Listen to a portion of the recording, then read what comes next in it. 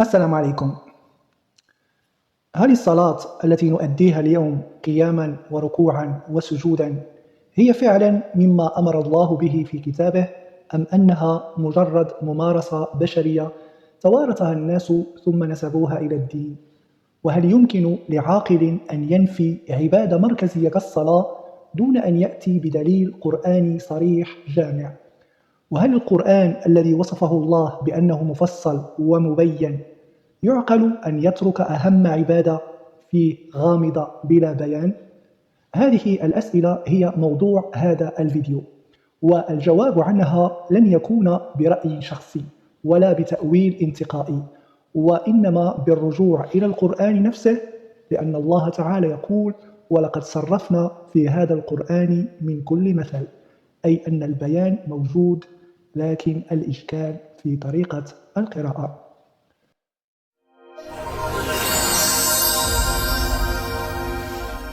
إخواني الكرام، في هذا الفيديو سنقف عند 3 آيات محكمة إذا فهمت كما يجب ووضعت في سياقها القرآني الصحيح فإنها تكفي لوحدها لإثبات وجود الصلاة الحركية التي تقام قياما وركوعا وسجودا، وتسقط دعوى من ينكرها من أصلها.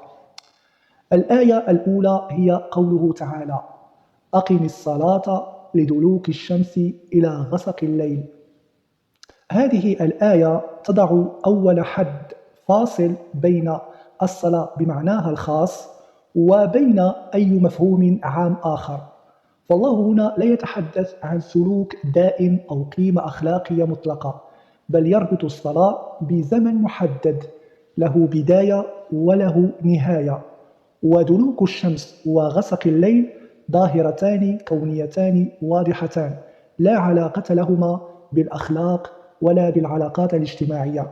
ولو كانت الصلاة مجرد ذكر أو صلة معنوية أو دعاء لما كان هناك أي معنى لتقييدها بزمن، لأن الذكر لا يؤقت ولا يحصر ولا يقيد بلحظة دون أخرى. هذا التوقيت وحده دليل على أننا أمام عبادة مخصوصة تؤدى في وقت وتنتهي بانتهاء هذا الوقت. الآية الثانية هي قوله تعالى: فولي وجهك شطر المسجد الحرام.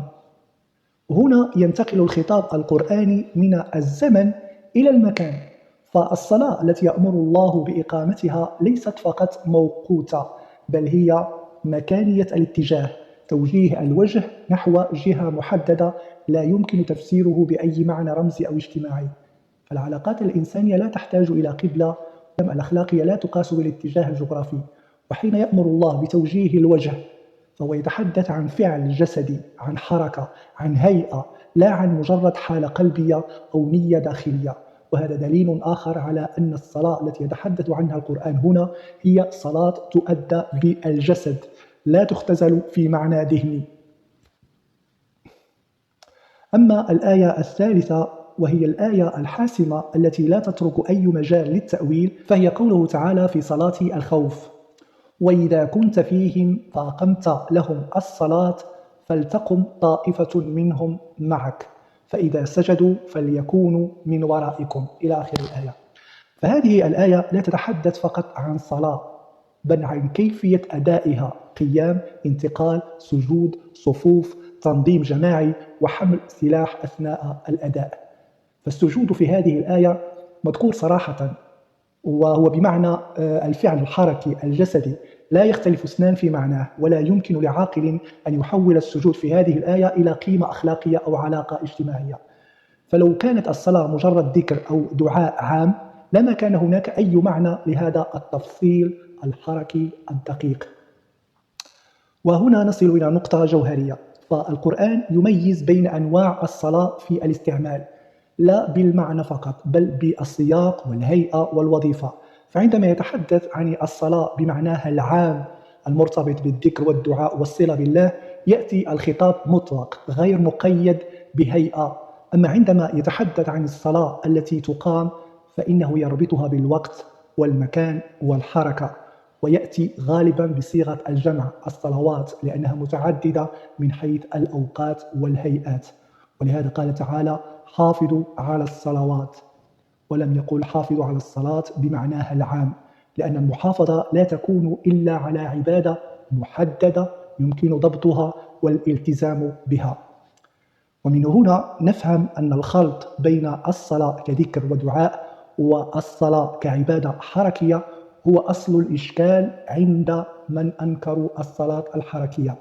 القرآن لم يخلط بينهما، بل ميز بينهما بدقة، لكن بعض القراءات هي التي تجاهلت هذا التمييز. فهذه الآيات الثلاث التي قدمتها إذا جمعت ووضعت جنبا إلى جنب ترسم لنا صورة واضحة لا لبس فيها: صلاة موقوتة ذات قبلة مشتملة على قيام وسجود وركوع، وموصوفة بهيئة جماعية عند الحاجة. فأي صلاة هذه إن لم تكن صلاة حركية؟ وأي بيان أوضح من هذا البيان؟ ومن هنا نقول بوضوح شديد: الصلاة الحركية التي نؤديها اليوم ليست اختراعا بشريا ولا موروثا أضيف إلى الدين، بل هي عبادة قرآنية ثابتة دل عليها القرآن بدلالة محكمة لمن أراد أن يقرأه قراءة شاملة لا انتقائية. فالقرآن الكريم لم يترك الصلاة غامضة، وإنما صرف فيها الأمثلة وبينها بالزمان والمكان والحركة والهيئة والغاية. ومن أراد أن ينفي ذلك فعليه أن يأتي بقرآن مثل هذا القرآن. أما نحن فلا نملك إلا أن نخضع لما بينه الله، لا لما نرتاح له ذهنيا. هذا كل شيء، والسلام عليكم.